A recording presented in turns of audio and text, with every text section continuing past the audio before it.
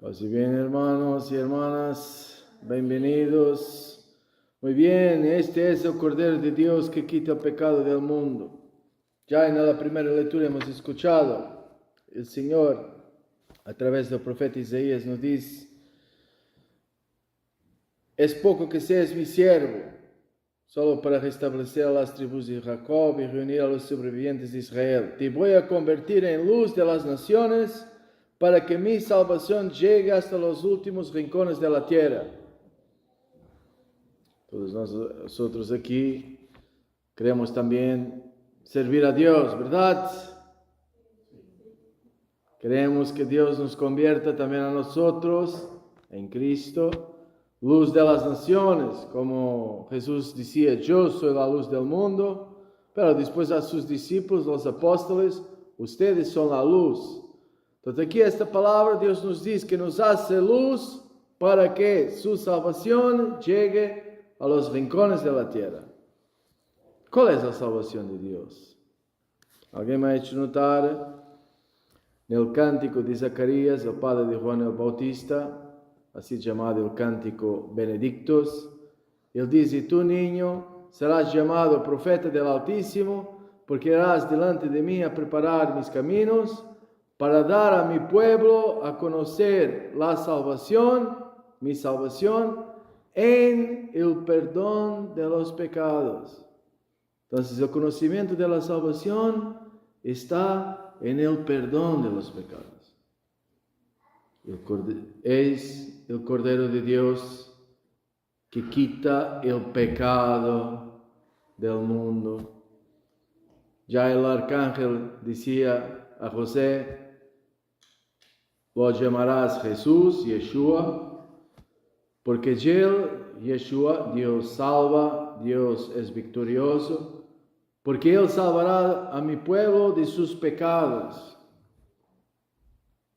¿Qué significa esto para nosotros que queremos seguir a Jesús? Que queremos ser siempre más verdaderamente cristianos. Que Jesús es cabeza, como dice San Pablo, y cuerpo. Entonces nosotros también tenemos que ser un poquito corderitos de Dios que quitan los pecados del mundo. O por lo menos, ¿vale? Nosotros padres tenemos el poder de quitar los pecados del mundo como Jesús.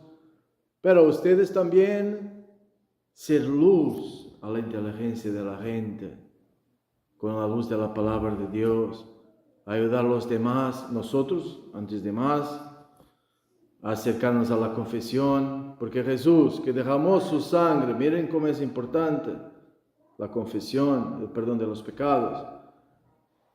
Esta es mi sangre derramada para el perdón de los pecados. ¿Cómo? Jesús, cuando resucita de la muerte, aparece a sus apóstoles, los primeros padres y obispos: a quien ustedes perdonarán los pecados, serán perdonados.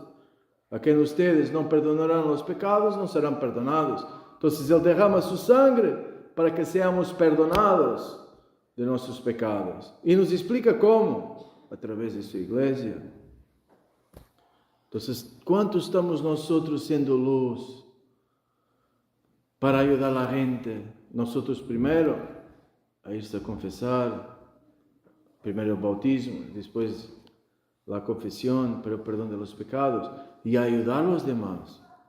Si ustedes encuentran a alguien por ahí y están muchos engañados por el diablito, porque el objetivo están los ángeles de Dios, están los siervos de Dios, y están los ángeles, como decimos, ¿no?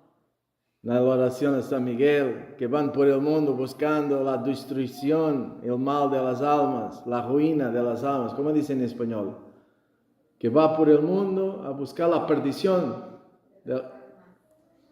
la perdición. Eso es lo que buscan los ángeles malos, llevarnos al pecado, que es el único modo de hacernos daño, convencernos a desobedecer a Dios. Eso es lo que verdaderamente nos hace daño, nos mata el alma, y está el riesgo de matarnos, de hacernos perder para siempre.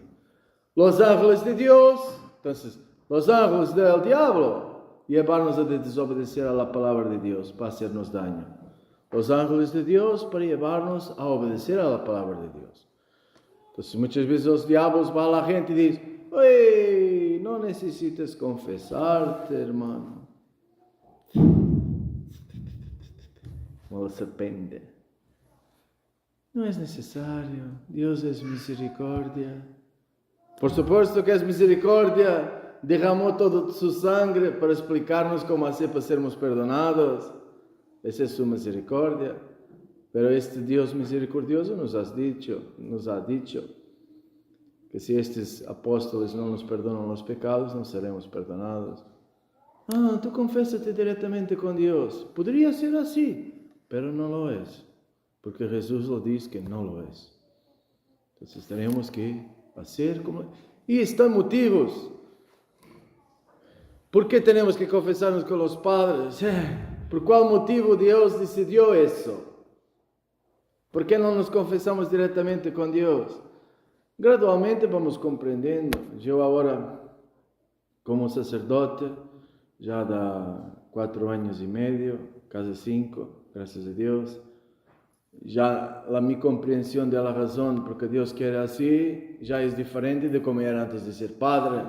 Ahora con la experiencia, mi idea antes era el hecho que yo cuando escucho el diablo y peco, después tengo que ir a otra persona como yo, porque nosotros padres somos como ustedes, estamos todos en camino, todos tenemos defectos aquí. No es que me voy a confesar con Padre Antonio porque es santo. Sí, no es un normal, pero también tendrá sus defectos. Entonces, un poco la vergüenza de tener que decir a otra persona mis cosas ya me agarra un poquito de pecar, o el hecho que antes me tenía que ir a buscar un padre, tal vez me perdía media hora, 1 hora, 2 horas de mi día a buscarme un sacerdote que me confesara, cuando el diablo me venía para llevarme al pecado, y después tenía que ir a buscar un padre, entonces ya me bloqueaba un poco, me ayudaba a decirle no al diablo, porque mi conciencia sabía que me tenía que ir a confesar después. Pero ahora como sacerdote ya lo veo mucho más razones. Cuando nosotros vamos por la carretera a evangelizar a la gente o en las homilías con ustedes, entonces más en la personal evangelización por las carreteras, las personas nos van abriendo el corazón, nos van diciendo algunas dificultades que tienen y nosotros intentamos ayudarlos con la palabra de Dios a superar las dificultades. Con la confesión es un oasis de ayuda a la gente, porque la persona que se confiesa bien me desnuda, digamos así, las cosas más horribles que tiene en su vida, las dificultades más grandes, todas. Prácticamente es como si voy al hospital y no me hacen los rayos X, no me hacen los exámenes, no tienen idea qué mal tengo yo, cómo me van a sanar.